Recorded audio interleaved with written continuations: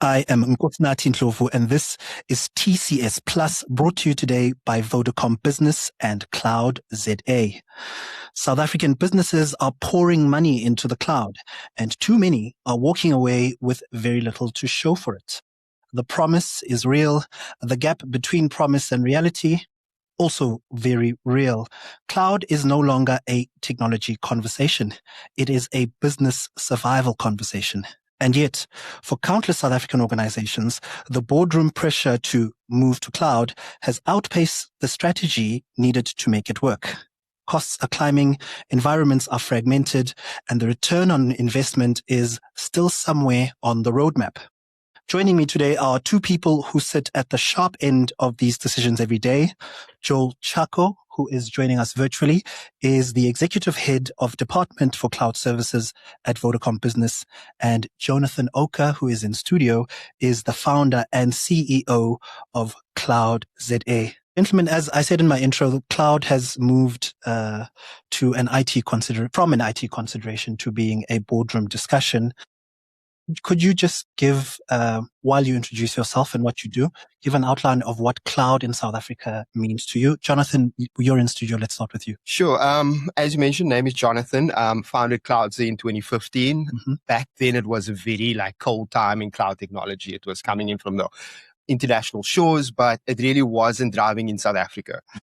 In 2021, we started seeing a lot of the hyperscalers come to South Africa to deliver. So you've got your likes of AWS, heavily invested in the region. And then you've got Google and Azure. Azure has been here since the beginning.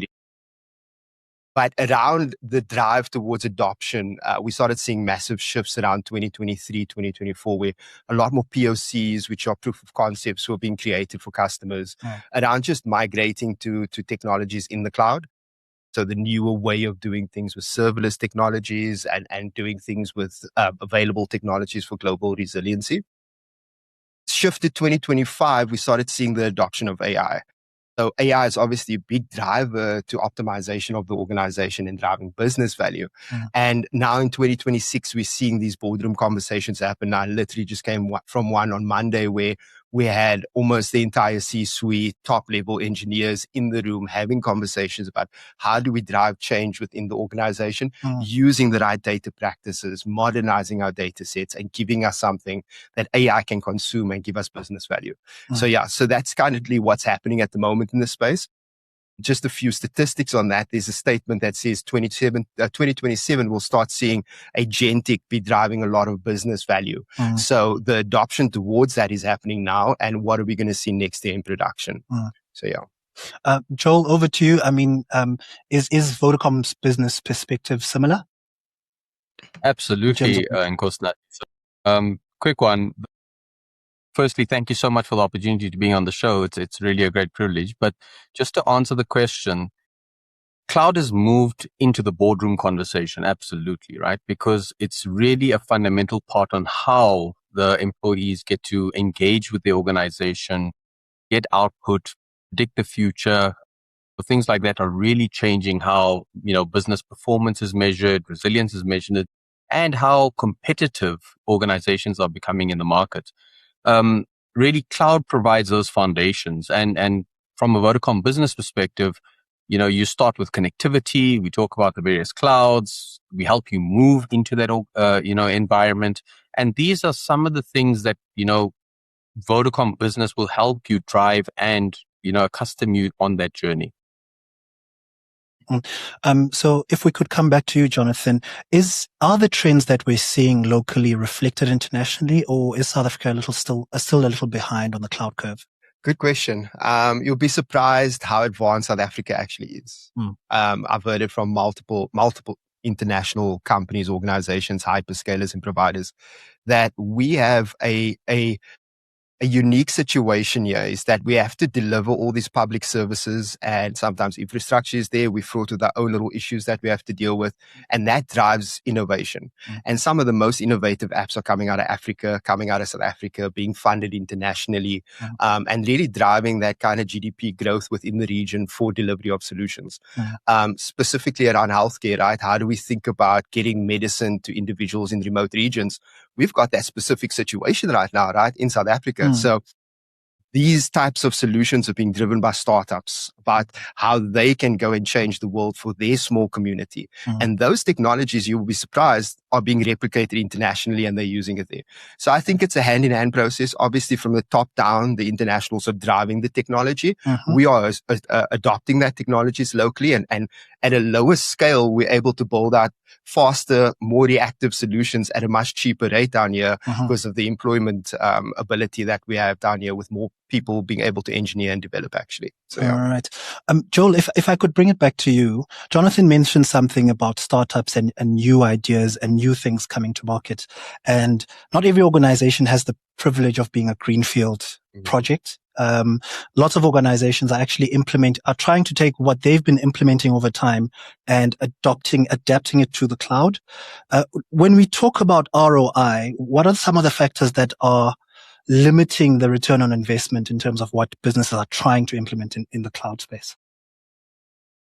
Thanks, Nkosinathi. So look, firstly, I just want to touch on, Africa is a very unique country in terms of getting the cloud maturity and flexibility going, right? So a lot of organizations are quite strict around their cost efficiencies.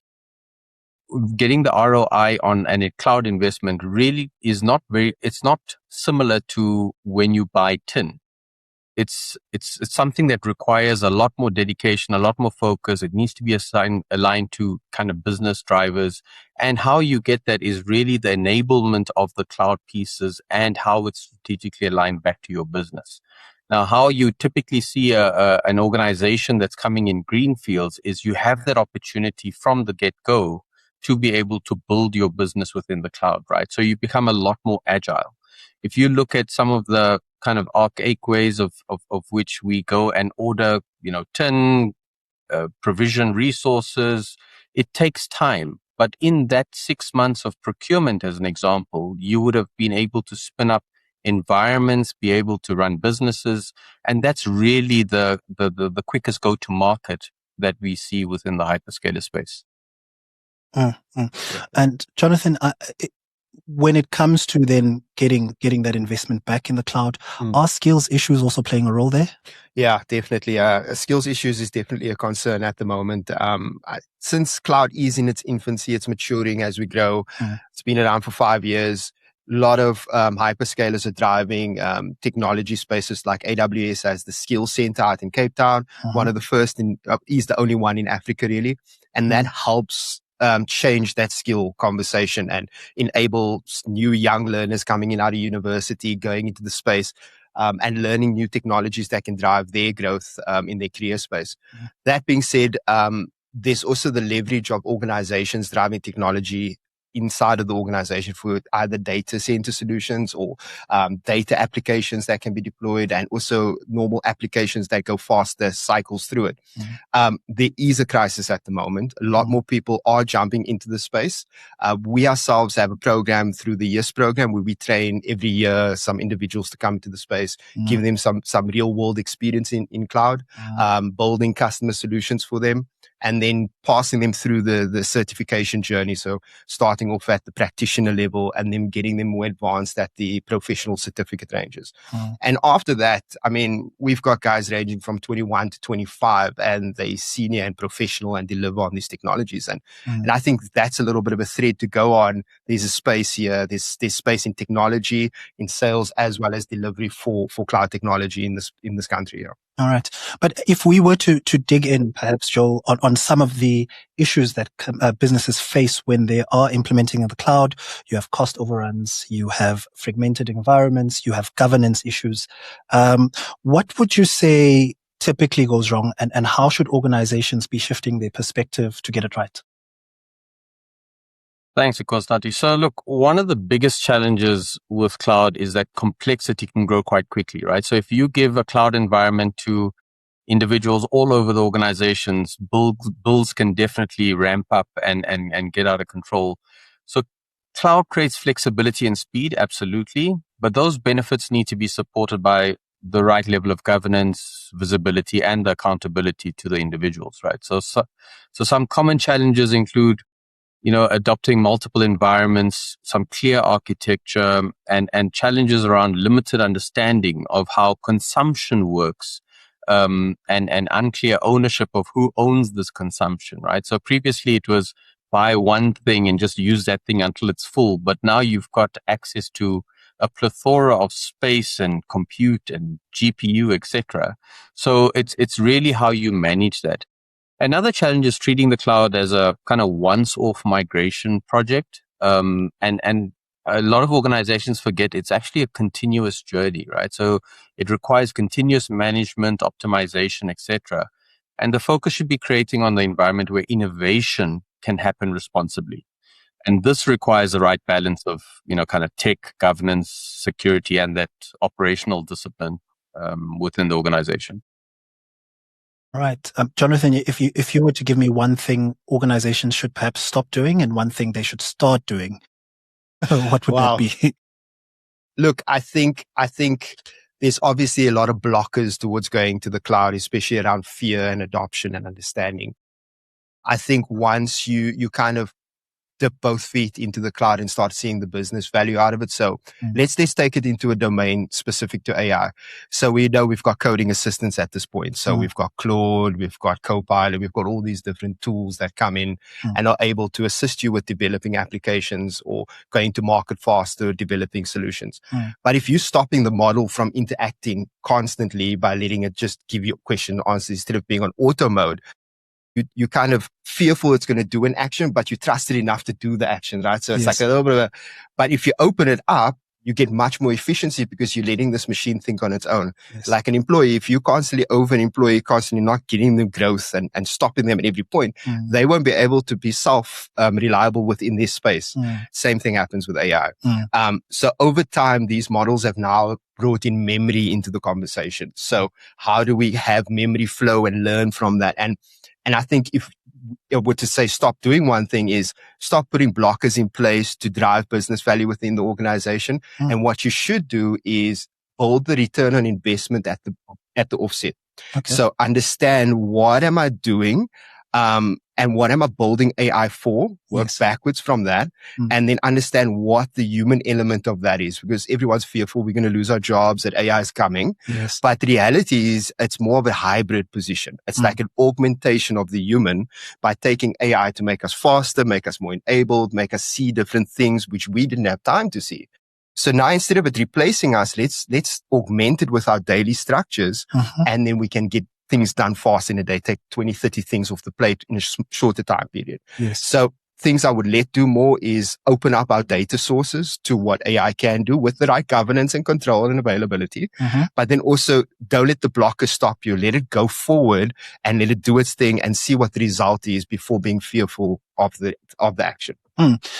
Joel, one thing that Jonathan mentions here is that trust factor, and just letting things flow. But again, if you just let things flow, you run the risk of cost overruns, and that's where the partnership comes in, right? If you're partnering with a CloudZA, a Vodacom Business, that's where you can get the right guidance in terms of, I want to open this up, but I want to open it up in a way that I can at least control it and actually see where it's going clearly.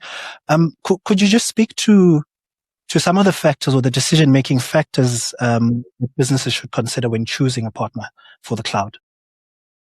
Absolutely. So trust in the cloud is built through expertise, right? There's transparency, security, and the consistent delivery. Let's not forget that there's always a requirement and there's always optimization that's required in these cloud environments. So customers are no longer only just looking to access cloud platforms, which they could get from an AWS or an Azure, etc. They need that confidence that these environments are secure, compliant, resilient, and just aligned with their strategic priorities that they're trying to drive within the organization. So today, cloud is also much broader than just infrastructure. It connects across networks, applications, data, security, and there's an operational management component of this. This is why the role of the partner becomes super important. Organizations need guidance that help them simplify that complexity. So they can make those informed decisions. They can continuously improve the environment that they run. And picking a partner like Vodacom Business is critical in the sense that you have everything within that chain to help you with that successful deployment, all the way from connectivity to identifying the hyperscaler, helping you with the migration, and then being able to manage that continuously.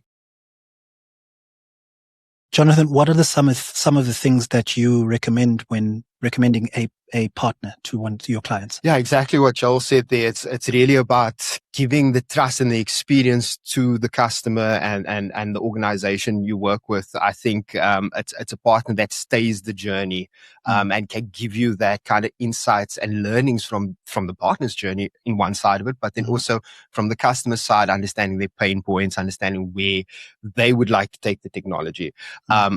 I think it's also important to understand there's different partners that specialize in fields.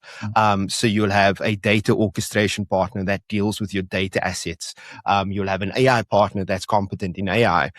You'll have a system integrator like Vodacom Business that will integrate multiple systems together. So it's choosing the right partner for the stack that you require. And also in your cloud journey, you could have multiple partners managing certain elements of your organization to deliver faster in your space. So it's about finding the right partner that suits you.